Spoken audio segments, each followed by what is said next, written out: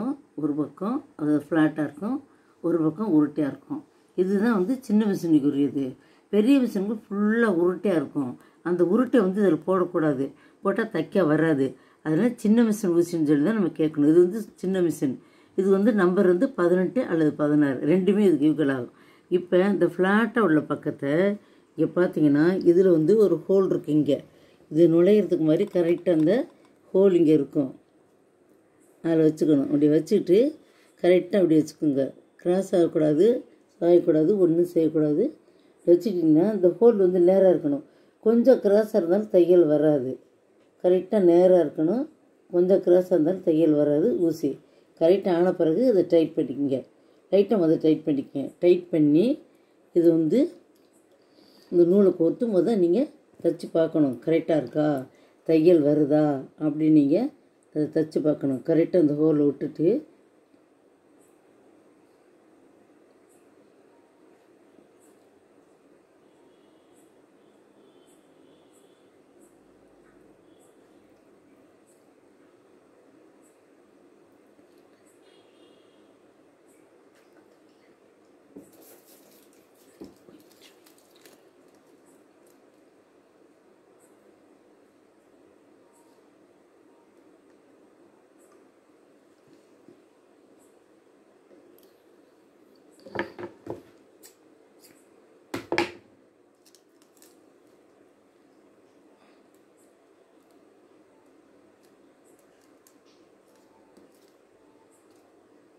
இது எடுத்துட்டு மெதுவாக ஒரு தையல் போட்டு பாருங்கள். இந்த ஊசி அடி ஒரு குத்தில் இருந்து அடி நூல் வெளியில் வந்துடும்.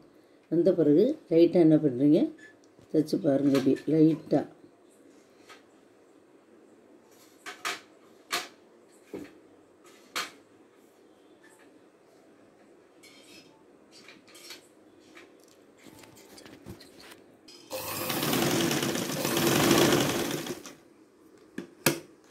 இப்போ பாருங்கள் கரெக்டாக வந்திருக்கு. நான் வந்து ஸ்டிச்சிங் பெருசில் வச்சுருக்கேன்.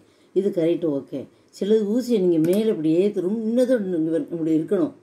இந்த விரல் வச்சிங்கன்னா இந்த நீடில் வந்து நம்ம இதில் கையில் குத்துற மாதிரி இருக்கணும். அப்போ கரெக்டாக இருக்கும்.